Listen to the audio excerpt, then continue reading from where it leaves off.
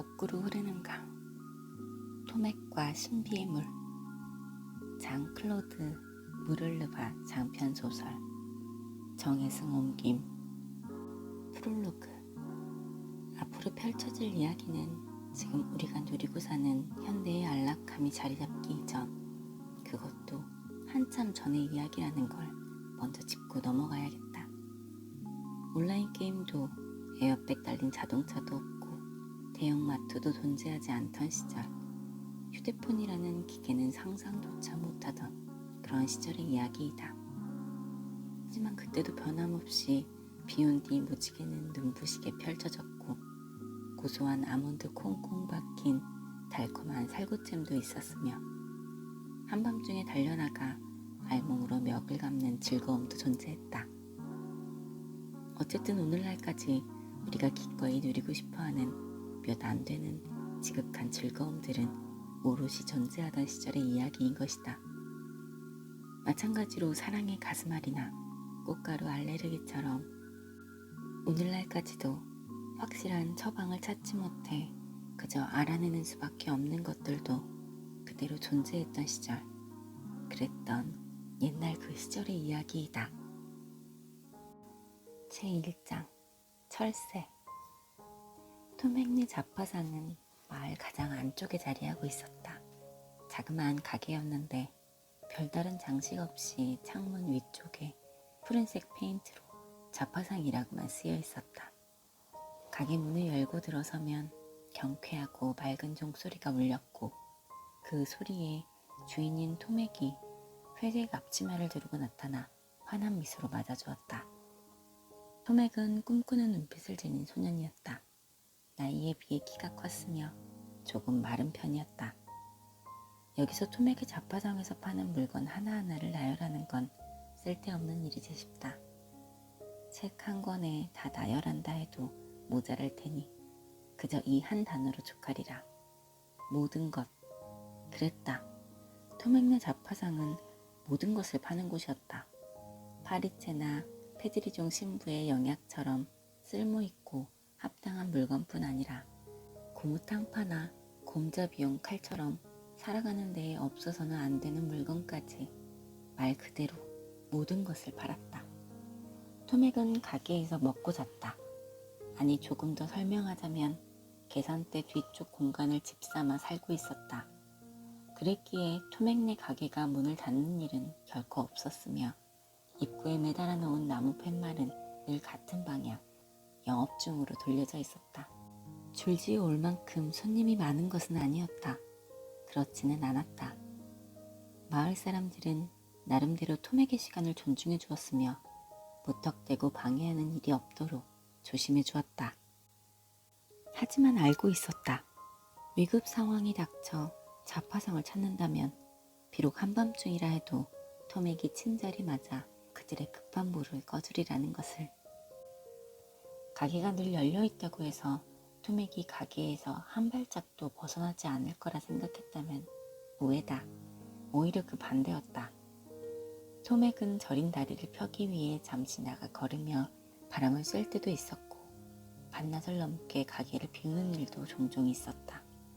하지만 이럴 때도 가게는 열어두었으니 손님은 가게에 들어와 필요한 물건을 스스로 찾아갔고 토맥이 가게에 돌아오면 계산대에는 어김없이 쪽지가 놓여 있었다. 소시지용 실 한 묶음 가져갑니다 라는 메모와 함께 물건 가격만큼의 돈이 놓여 있거나 담배 한 갑 가져가네, 돈은 내일 들러서 내리다 라는 메모가 있기도 했다. 토맥의 가게는 이처럼 아무 탈 없이 잘 굴러갔으며 특별한 일이 일어나지 않는 한 앞으로도 몇 년이고 아니 몇 세기고 이대로 흘러갈 수 있을 것 같았다. 단지 토맥에게는 비밀이 하나 있었다. 뭐 엄청나게 특별하거나 쉬쉬해야 할 그런 비밀은 아니고 그저 아주 천천히 토맥 자신도 감지하지 못할 만큼 그렇게 서서히 그의 마음속에 자리 잡게 된 비밀이었다. 마치 머리카락이 자라는 걸 순간순간에는 느끼지는 못하지만 어느새 쑥 자라버린 모습과 마주하게 되든 말이다. 그렇게 어느 날 토맥은 이런 생각과 맞닥뜨리게 된 것이다. 물론 머리 위로 자란 생각이 아니라 머릿속 저 깊은 곳에서 자라난 생각이었다. 정리해보자면 이렇다. 토맥은 지루해하고 있었다. 아니, 그보다 더 센 표현이 필요하겠다. 그의 가슴은 답답해 터질 것만 같았다. 떠나고 싶다는 마음이 가득하였다. 이곳을 떠나 세상을 둘러보고 싶다는 생각뿐이었다. 꽤 자주 토맥은 자파상 안쪽으로 난 작은 창문을 통해 바깥 풍경을 내다보곤 하였다. 키 크게 자란 봄밀이 파도처럼 넘실대고 있었다. 그 풍경에 멍하니 빠져있노라면 아니나 다를까 띵띵 하고 종이 울리며 가게 문이 열렸고 종소리에 화들짝 놀란 토맥은 꿈속 같던 풍경에서 갑작스레 빠져나와야만 했다. 얼마 전에는 이런 일도 있었다. 들판을 따라 길게 이어진 길을 걷던 토맥은 길을 잃고 말았다. 새벽 여명 속에 펼쳐진 아마밭에 아늑한 푸른빛에 매료되어 집으로 돌아가야 한다는 생각조차 놓쳐버렸던 거다. 토맥이 가장 견디기 힘든 계절은 가을이었다. 노풀게 펼쳐진 가을 하늘을 가로질러 소리도 없이 유유히 날아가는 철새들을 바라볼 때면 떠나고 싶다는 거칠고도 급작스러운 욕망이 몰려들어 정말이지 환장할 노릇이었다. 한 번의 큰 날개짓으로 지평선 너머로 훌쩍 사라져버리는 야생 거위떼를 바라보면 토맥 눈에는 눈물이 글썽거리게 됐다. 불행하게도 떠나고 싶다고 무작정 떠날 수 있는 건 아니었다. 토맥이라는 이름을 걸고 마을 유일의 자파상을 운영하면서 그것도 할아버지, 아버지를 거쳐 대대로 꾸려온 가게를 운영하면서 마음 내키는 대로 그리 쉽게 훌쩍 떠날 수는 없는 일이었다. 떠난다면 마을 사람들이 어찌 생각할까? 자신들을 버린 거라 여기지는 않을까? 뭔가 문제가 있다고 생각지는 않을까? 이 마을이 마음에 들지 않았던 거라 생각하면 어쩌지? 아무튼 그들이 제대로 이해해 줄 리 없었다. 그럴 수밖에 없을 거라는 게 토맥의 마음을 더욱 비참하게 만들었다. 남을 힘들게 하고 아프게 하는 일에는 정말이지 소질없는 토맥이었다. 이제는 가슴에 이 비밀을 묻어놓겠다고. 그러다 보면 서서히 자리 잡았던 지루함도 자신도 모르는 새에 사라져버릴 거라고. 토맥은 다짐하듯 혼잣말로 중얼거렸다. 하지만 그 뒤로 닥친 일은 그의 다짐과는 영 다른 방향이었다. 이성을 찾고 지금 여기에 안주하려고 애쓰는 토맥의 모든 수고를 허사로 만들어버리는 엄청난 일이 벌어진 것이다. 때는 여름의 끝자락 어느 저녁이었다. 이른 밤에 신선한 공기를 맡고 싶어진 토맥은 가게 문을 활짝 열어두고서 기름 램프에 불을 밝히고 계산대에 앉아 자신의 큼직한 장부를 펼쳐놓고 펜을 끄적이며 계산에 몰두하고 있었다. 그때 갑자기 들려온 또랑또랑한 목소리에 토맥은 소스라치게 놀랐다. 막대사탕 있나요? 토맥이 고개를 드니 거기에는 세상에 더는 예쁠 수 없을 것 같은 그런 소녀가 서 있었다. 12살 정도 되어 보이는 짙은 갈색 머리의 소녀였다. 추레한 원피스에 샌들을 신었으며 허리띠에는 가죽 물병 하나를 차고 있었다. 열린 문으로 소리도 없이 들어온 유령인가 환영인가 싶기도 했지만 소녀는 검은 눈동자가 그려내는 슬픈 눈빛으로 토맥에게서 시선을 떼지 않고 있었다. 여기서 막대사탕도 파나요? 그 물음에 토맥은 두 가지 애를 동시에 했다. 우선 이렇게 대답하는 것 하나. 네, 막대사탕 팝니다. 그리고 두 번째는 이제껏 살아오면서 어떤 소녀에게도 3번 이상 눈길을 준 적 없던 그가 눈앞에선 갈색머리 소녀에게 순간 마침내 완전히 반해버린 것이다. 토맥은 커다란 유리병에서 막대사탕 하나를 꺼내 소녀에게 내밀었다. 사탕을 받아든 소녀는 얼른 원피스 주머니로 넣었다. 소녀는 바로 가려 하기보다는 가게의 벽을 층층이 빼곡히 채우고 있는 작은 서랍장에 눈길을 보냈다. 대체 이 많은 서랍장에는 뭐가 들었죠?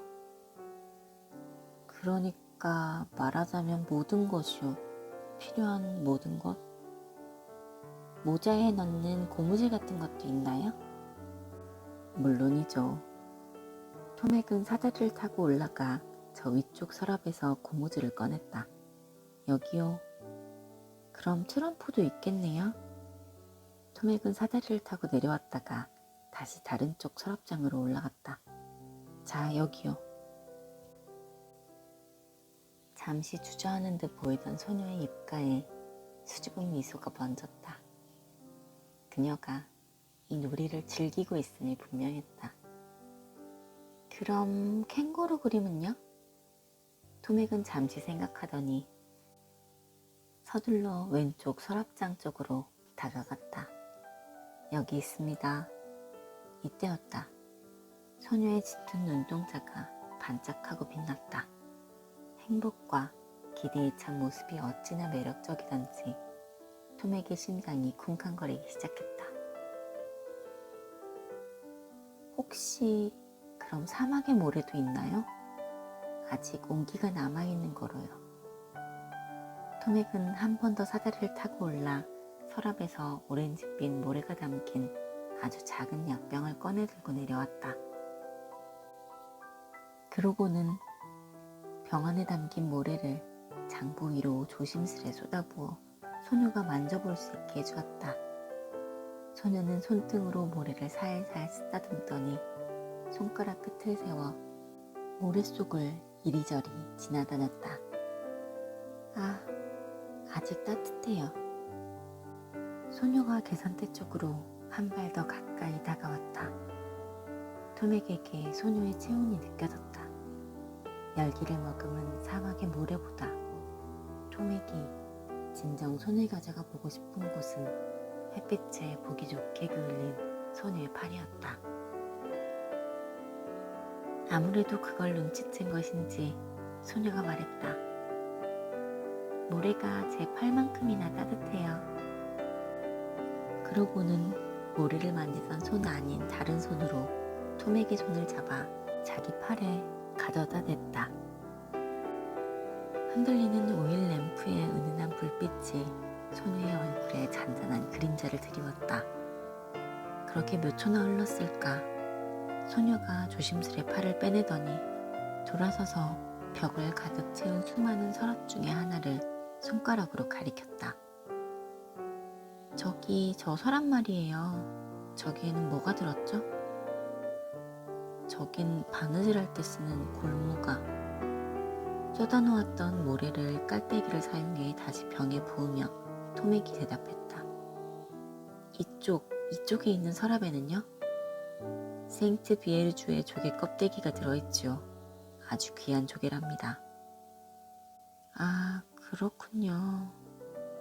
소녀가 실망한 눈치다.